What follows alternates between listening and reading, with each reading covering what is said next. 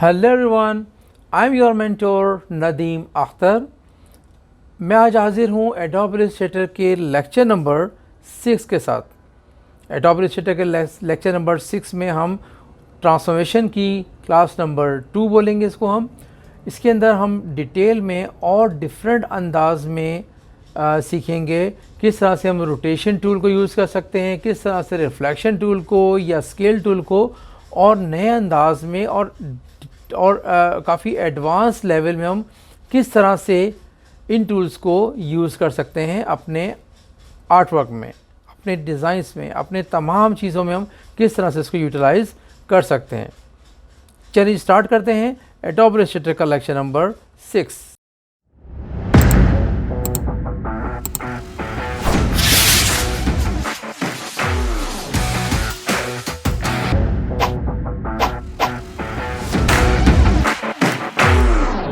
चलें जी, ट्रांसफॉर्मेशन को हम थोड़ा सा एडवांस करके देखते हैं और हम ये देखते हैं कि इससे हम क्या क्या कर सकते हैं। तो सिमिलरली हमें कुछ ना कुछ तो चाहिए होता है, हमें एक पैटर्न बना लेते हैं।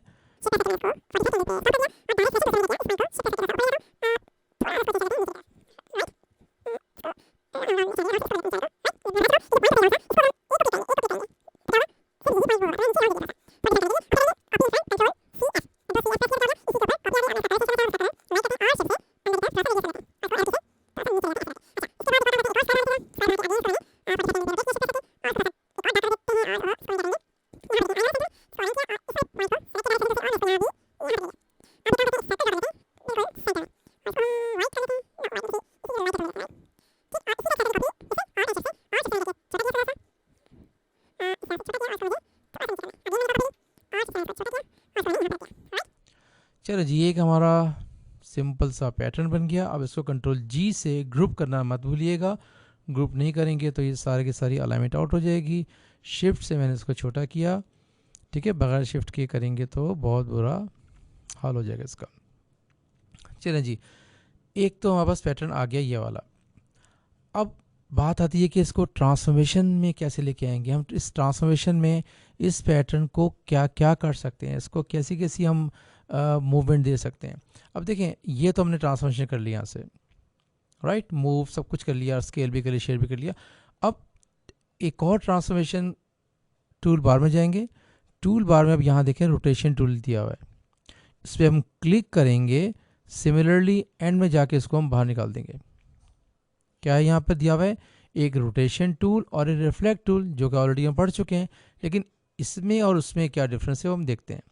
इसी के साथ एक और दिया हुआ है scale tool, share tool and reshape tool. इसको भी क्या करते हैं, हम बाहर ले आते हैं क्योंकि इसको हमने आज कंप्लीट करना है। अब देखें रोटेशन टूल। अब रोटेशन टूल तो ये रहा, रोटेट करने का काम आता है। ये हम काम वहाँ से भी कर सकते थे। अगर हम इस पर डबल क्लिक करेंगे क्या होगा, वही चीज़ कि इसको हमें कौन सा एंगल देना है। हम यहाँ से इसको प्रीव्यू करेंगे तो हम एंगल दे सकते हैं। लेकिन फ़र्क क्या है इसमें अंदर, बेसिकली कैंसिल करते हैं। इसके अंदर फ़र्क ये है कि हम अगर रोटेशन टूल लेंगे, लेने के बाद देखें इसका हर एक का सेंटर पॉइंट कहाँ होता है, इसके सेंटर में। इसका सेंटर पॉइंट कहाँ पर है, सेंटर में, ये रहा। तो अब इसमें क्या डिफरेंस है कि हम इसका सेंटर पॉइंट चेंज कर सकते हैं, जो कि एक बहुत अच्छी चीज़ है, बहुत ही एक एडवांस चीज़ है। क्या किया हमने, इसको रोटेशन टूल लिया और इसको मैंने बाहर क्लिक कर दिया। अब सेंटर पॉइंट पहले अंदर था, अब कहाँ पे आ गया, ये आ गया। अब हम चेक कर सकते हैं, ओके ऐसे, राइट। अब मैंने सेंटर पॉइंट यहाँ रख दिया। अब मुझे क्या करना है, वही कॉपी किससे लेंगे, ऑल्ट। हमने ऑल्ट प्रेस करके थोड़ा सा मूव किया, राइट।